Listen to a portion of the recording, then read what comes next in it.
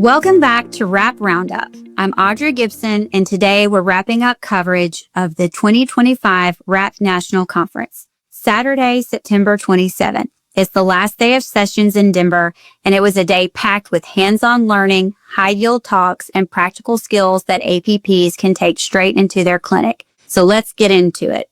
Again, the day began bright and early with an additional workshop block at 7:30.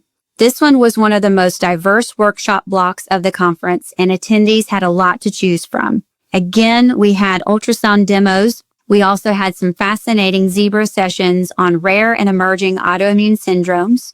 We had some practical updates on managing GCA and PMR, as well as a session on pediatric pearls on holding immunosuppression safely. We also had sessions on rheumatologic low back pain and caparoscopy. Again, joint injections and refractory Raynauds rounded out the options.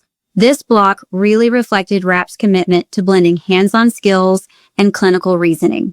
By mid-morning, everyone had gathered for the plenary talks. The morning started with Robert Laugherty and Tiffany Terrell as they tackled Sjögren's disease, looking beyond the dryness, reminding us that this condition extends far beyond just dry eyes and dry mouth. Later, Brandon Coe and Amanda Mixon walked us through arthritis across the ages, highlighting management strategies, how different pediatric to adult patients.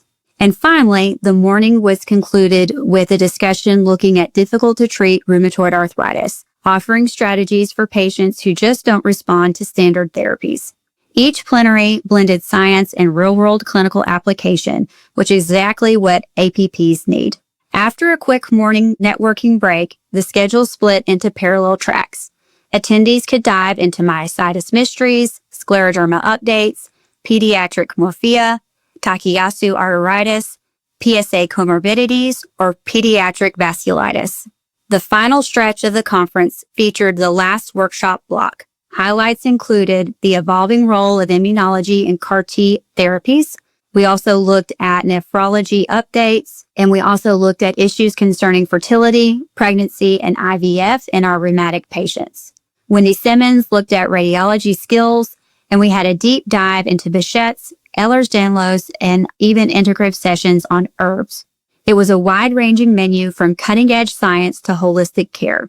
And with that, RhAPP 2025 officially came to a close. This year's conference reinforced the unique role APPs play in rheumatology, not just as clinicians, but as leaders, educators, and innovators in patient care.